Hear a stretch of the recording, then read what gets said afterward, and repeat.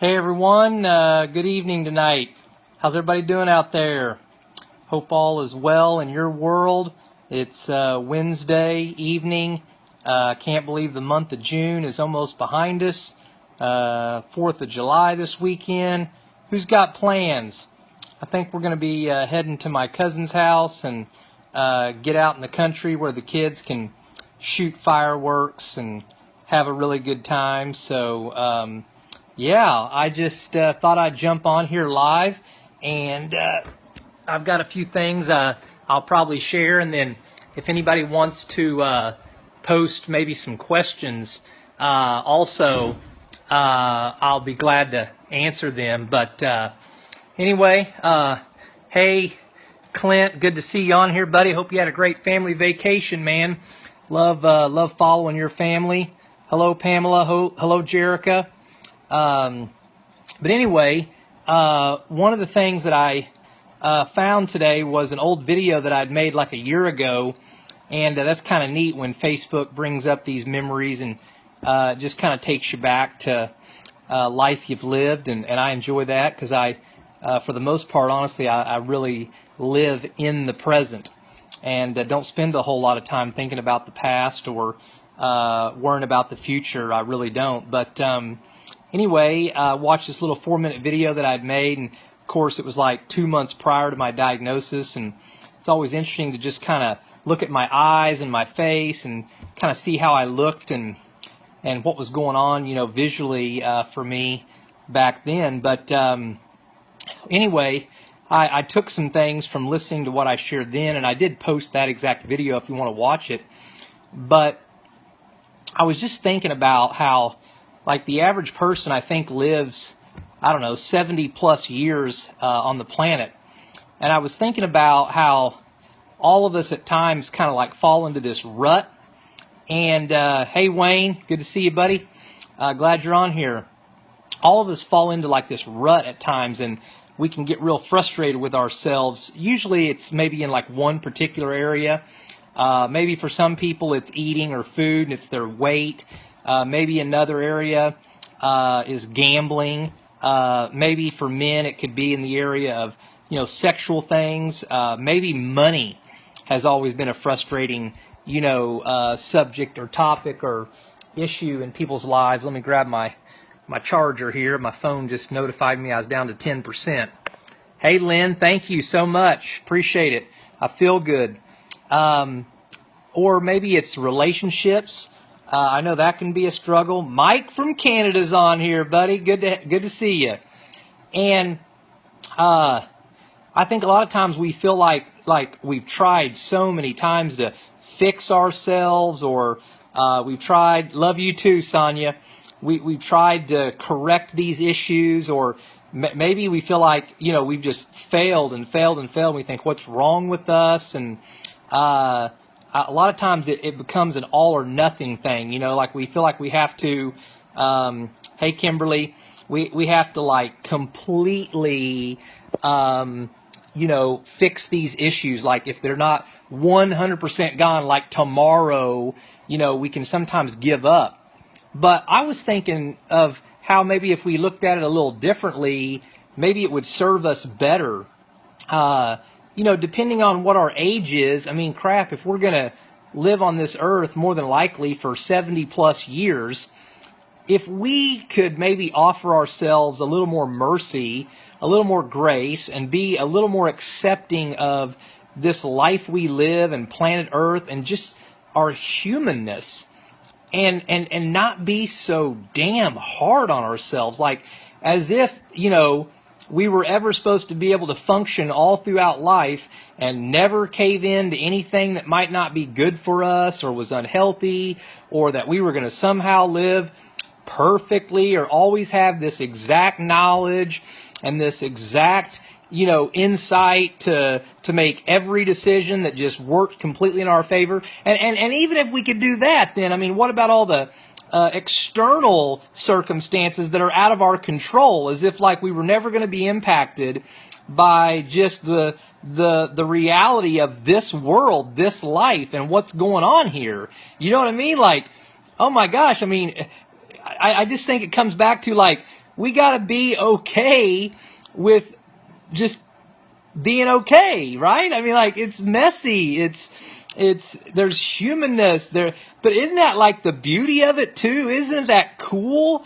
Like, when you kind of think about it, and like all of a sudden it just, isn't this rigid boom, boom, boom, boom, boom? It's just, man, life's cool, right?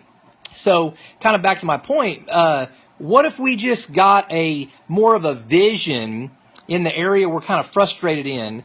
Maybe, what if we got more of like a picture of kind of what it would look like for us to live healthy in that area? Not perfect, healthy. To live well in the area of an addiction, or to live well in the subject matter of sex, or to live well regarding food and what we eat and what we intake, to find freedom and to find a place where we could be happy in that area, and we didn't have condemnation in our heart, and we didn't have legalism or rules or frustration, but at the same time we weren't giving in to something that didn't serve us well, that really wasn't satisfying. And man, I'm really sorry, Tracy. I'm thinking about you. If you're in pain, man,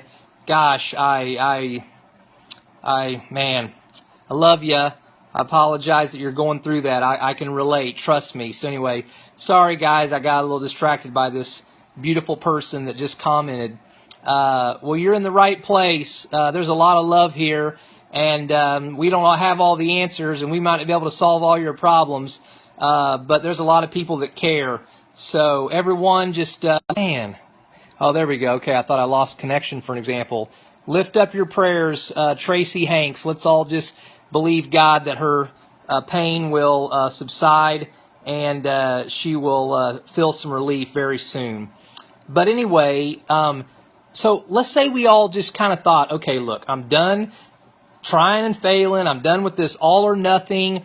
I'm just going to start thinking about, how do I move in the direction of kind of the life and the area that I want to live, okay? What if it took a year? What if it took 2, 5, 10 years? You know what I mean? Like, who cares?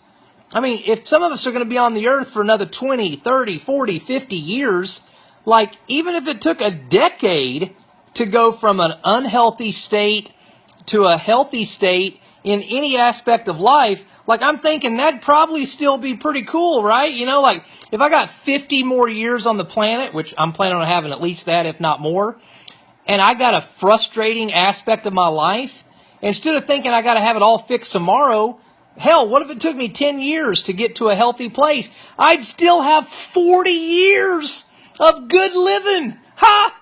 Yeah, 40 years. I don't think we think about it like that very much, So, just kind of my thoughts from that video a year ago, and just kind of what I want to say to all of us tonight is, let's be light. Let's be gentle. Let's be easy with us. Let's be okay with humanness, and let's give it longer time frames to heal. Maybe we're not healing from a disease physical like I am right now, Like, I just love these ideas and thoughts. Like, I'm okay. I have time. I'm enjoying the healing process. I'm moving towards Wellville, Isn't that cool, right? I don't even know what the time frame is. I don't even know that I care anymore. I'm just not even interested in that, because I know where I'm headed, and I'm so consumed with living in the moment, even though I don't always like the moments, and I'm in pain or discomfort, or it's tough or hard, and that doesn't mean that I don't desire for this moment to eventually change. I'd like to ski again. I'd like to play tennis again. I'd like to be able to carry my kids again. Guys, I tried to do a push-up yesterday. I just had to know where I was at, and if I could even do it. You don't think about how much you use your stomach or your core, to do it. I couldn't do a push-up. I'm 36 years old. I was dying laughing on the floor, actually. And I was just thinking, oh boy, I'm going to remember this, man. When I'm in optimal health, man, and I'm pumping out the push-ups, man, and my muscles are bulging out. Yes, they will be. Oh yeah, baby. And I'll remember like, man, I couldn't even do a dang push-up. Who cares, right? I'll get there. You'll get there. Who cares if you have an issue going on right now? Who cares if you're frustrated? I mean, we care, but I'm saying like maybe it's not as big a deal as we all thought it was a big deal. Maybe it's our frickin' church or man-made religion or some frustrated human being or some other group we're in that's telling us it's like such a big deal, you know? Like, when we make stuff a big deal, then it's a big deal. And when we make it a small deal, it's a small deal. And I'm just thinking, the more we can just live light and live in grace and make small deals, be kind to ourselves, give it time, we'll move in the right direction. And then we'll find freedom, and it won't be some fad, and it won't be like, you know, oh, I white-knuckled myself into this, but I'm really miserable inside. Nah. Oh, I love that, Mike. I'm going to quote you, buddy. We need to quit supersizing problems. Man, that's a good word, buddy. Good word. I love it. Gosh, this is so awesome. Anyway, so that was just some things I wanted to share there.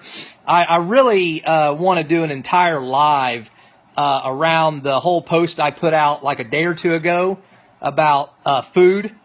And just because maybe we become passionate or aware or knowledgeable about, you know, kind of what to eat and maybe what not to eat, doesn't mean anyone's claiming that they're eating perfectly all the time.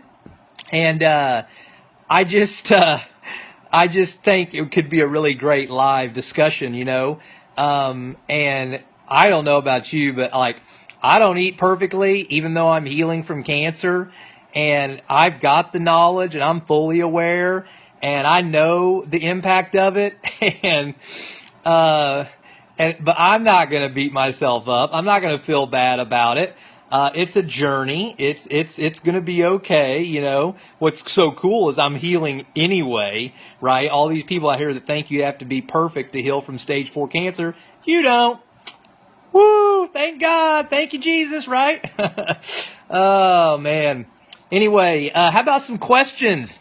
There's a lot of you on here. I wish I could say all your names, but then I'd be interrupting like the video every 2 seconds. So, how about 2 or 3 questions before I jump off here tonight? My family just got home. They've been at gymnastics this evening, and I had some lettuce, big heart leaves for dinner, and then I had a little bit of guacamole and some hummus, homemade hummus, and this special side sauce that was made by Pure Food and Juice. And I had that for my dinner tonight. And before that, I had a smoothie that I put my food herbs in, and then we add these amino acids to just continue to help me with protein. And then before that, gosh, I ate 2 bowls of pineapple today. Oh, so in love with pineapple right now. Okay, we got our first question. Pamela Edie says, how's the immunotherapy going? And am I having any side effects? Hey, great question. I actually just finished up week 8, which for now is probably going to be the end of me doing the immunotherapy Rituxan. There was no question I was a perfect match for it. There's no doubt I've seen some very positive results from it. And basically, I've had no side effects. The only 2 things that I can even see that may be a small result from that, but I don't even know for sure because obviously I'm still doing some other things, is it does seem like a day or 2 maybe after it, but I don't always know for sure, that maybe I sweat a little bit more. But, you know, of course, that's not a big deal, and sweating's good. It's detoxing you.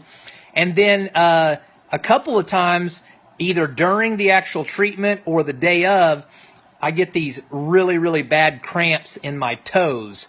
And so it may deplete my potassium level a little bit, but then, of course, I'm immediately eating, you know, bananas and some other things to increase that right back up, so they never last or anything. So basically, no, I really haven't had any side effects, and I think it was a great decision on our part.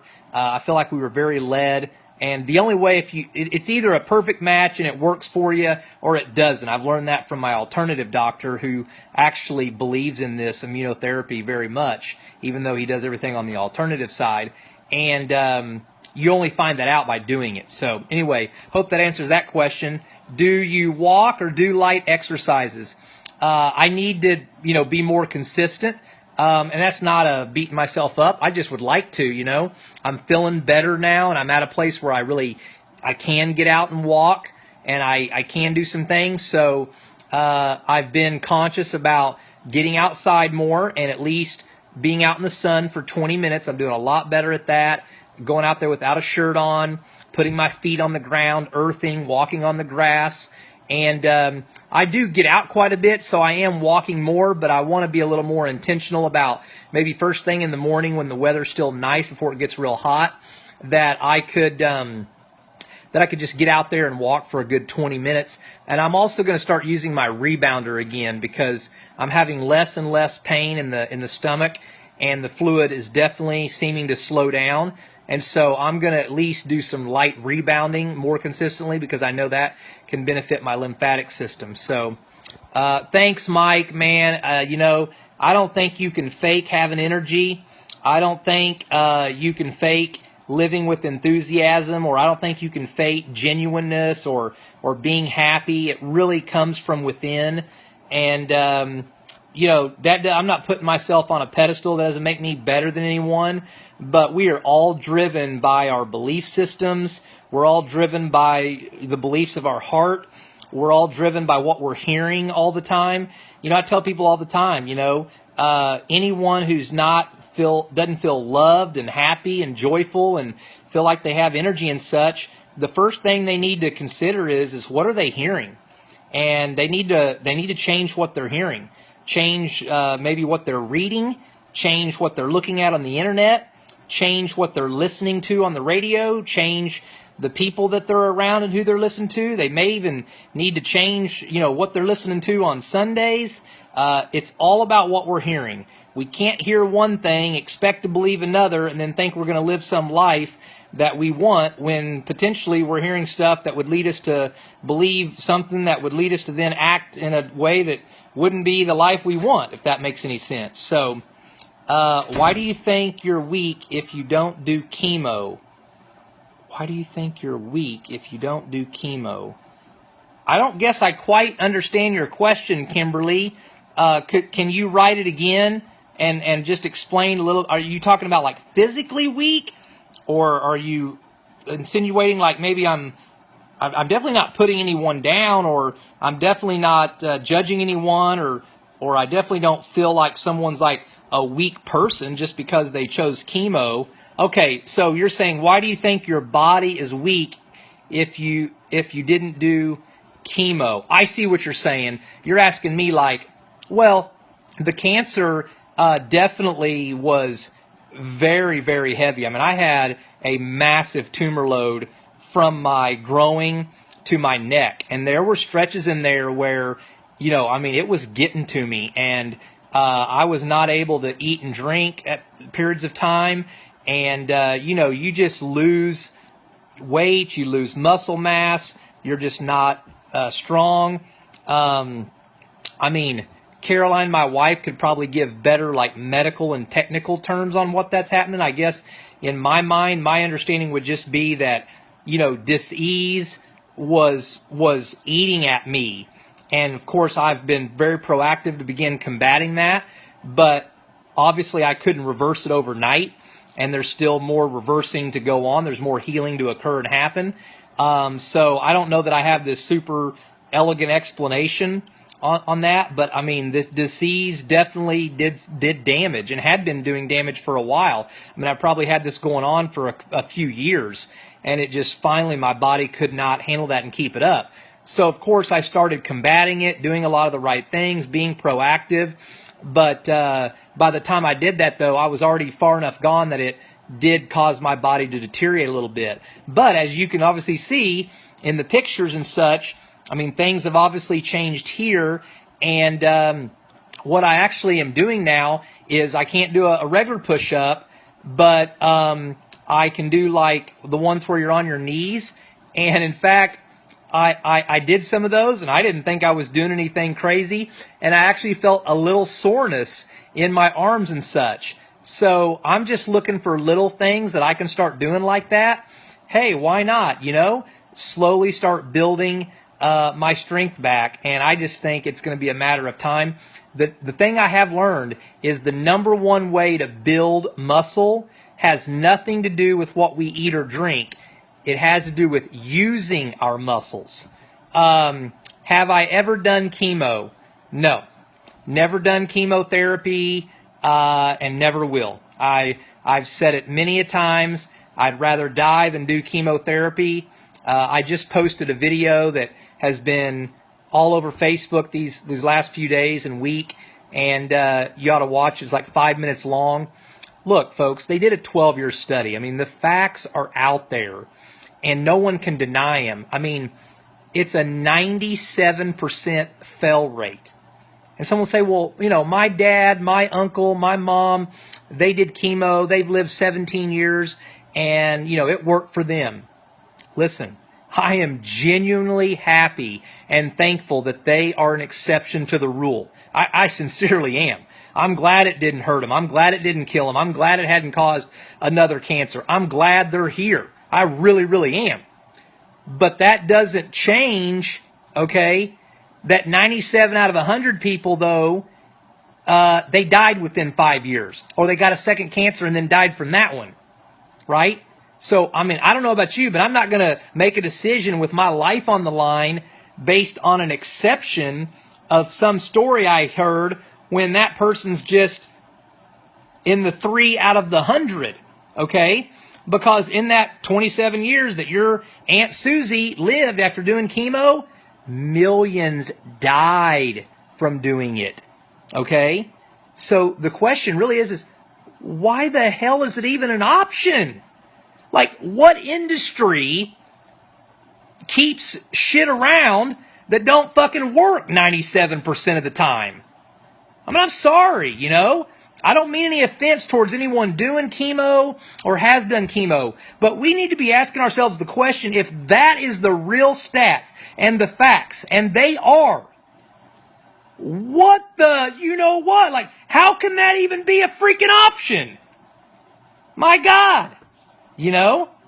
Anyway, I better not get off on that. That's probably a whole live in and of itself. Hey, we got to wrap up here. Hey, congratulations, Darcy. Excited about you going to that Dr. Morse course. Love it, love it, love it. Okay, if you're healthy, what is a maintenance detox we could do? Kimberly, I don't know if I can get that all answered tonight. Actually, I'd love to have my wife, Caroline, join me in on that because she is healthy. But this has opened her eyes, and she's made a lot of changes, and she's doing a lot of things different kind of as we go. And I think she'd have some great insight for that. So can you remember that question and keep it? And I'll try to see if she can get on here with us this week, you know. Someone said you have a heavy country accent. Well, I'm from Oklahoma, so if that's what I got, that's what I got. Anyway, hey guys, quick update. Got some new information for you all. Finished up, like I said, week 8 of my immunotherapy today. So at this point, I don't think we're doing any more Rituxan. We are meeting with the oncologist next Tuesday, and my alternative doctor is actually meeting with us tomorrow when I do another targeted liver treatment to give us his input on the Rituxan, which I think is so cool. And anyway, love you, Vic. Love all you people. Amanda, I'm not 100% cancer-free, but I think it's fair to say 75 to 80% from the PET scan, if you've seen that picture, is gone, and I am well on my way. So stay updated and read our most recent blogs, and you'll know exactly where I'm at and see the picture I'm talking about. I'll post the blog in this thread. But anyway, guys, our family's going to be going up to the Northwest for kind of a vacation time and a time to get away. We're going to be leaving in just a little over a week, and I'm going to be doing some alternative treatments with a very specific alternative doctor that I got connected to through a personal friend that I'm real grateful for. And as soon as I get my grease blood test results, I'm hoping tomorrow or Friday, I'm going to make a final decision on which treatments I'm going to be doing.